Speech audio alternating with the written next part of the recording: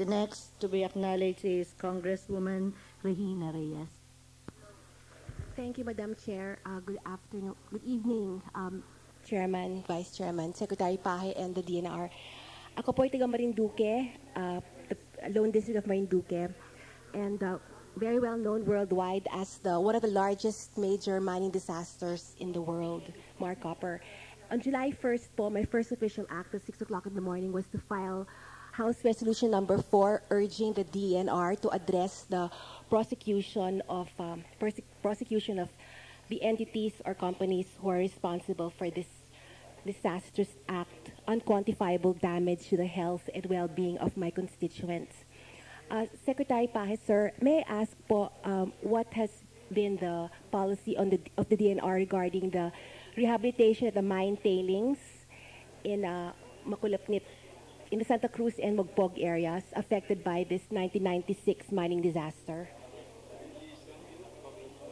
Your Honor, we promise you, Your Honor, that we have already disqualified Placer Dome in any mining application in this country, Your Honor.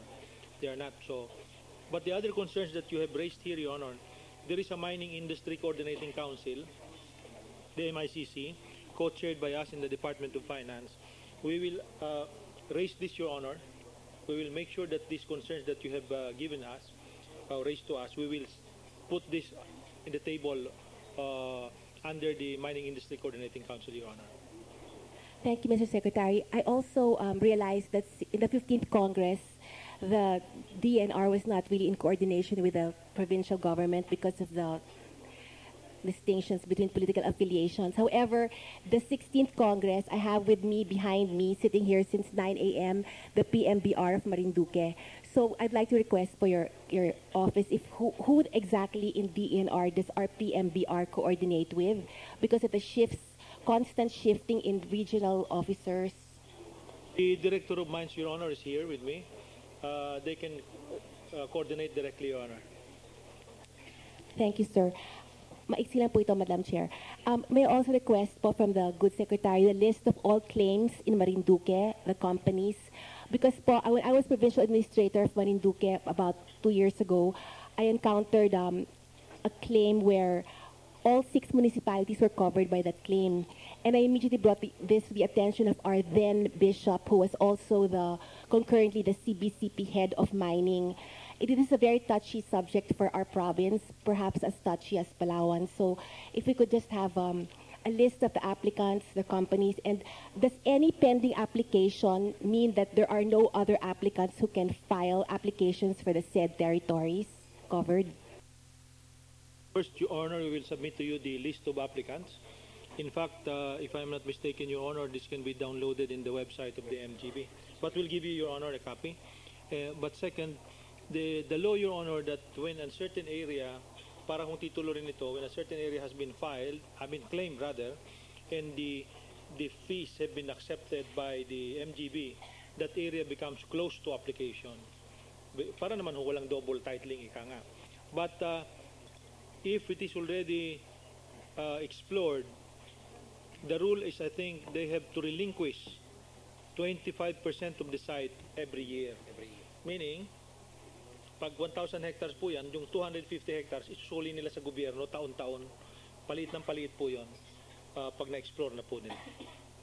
Thank you, Mr. Secretary. And my last question, Madam Chair, para mabilis po, at alam kong pagod na ang ating DNR family, is I just received a text that I'm now a member of the Committee on Natural Resources, which means the priority will be the Revenue Mining Act. So my query would be, is the mining claim considered a negotiable instrument? I mean, is it possible that people file mining claims for speculation purposes and later resell them to investors? Maalis. Lately, I have issued 3 major administrative orders. One, I have increased the capitalization from 10 million to 100 million, Your Honor. For FTAA, I have increased it from 100 million to 500 million, Your Honor, because it is not really right for a private company to file a claim and then earn from it. Meaning, pa-file siya ng claim and then later on, ilalagay niya sa stock exchange and then he mines the stock exchange. Hindi ho talaga tama po yun. Sabi nga nila, leave the mining to miners. If you really want to mine, you file a claim and then you explore.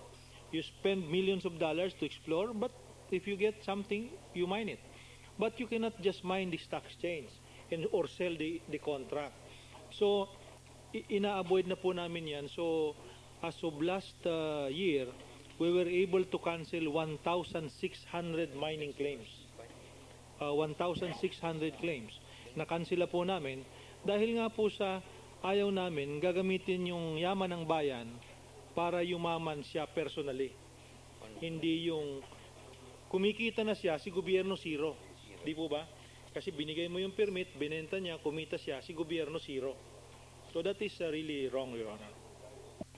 Thank you, Mr. Secretary. On the behalf of the province of Marinduque, may I personally extend the invitation of Governor Carmencita Reyes and this representation to visit our province so that you can see how we can convert a mining disaster, which has been documented by the USGS and other environmental bodies worldwide, into an ideal ecosystem where you can actually make something out of a disaster. Thank you, Your Honor. Thank you po to my colleagues who allowed me to speak, to be present in the plenary. Salamat po.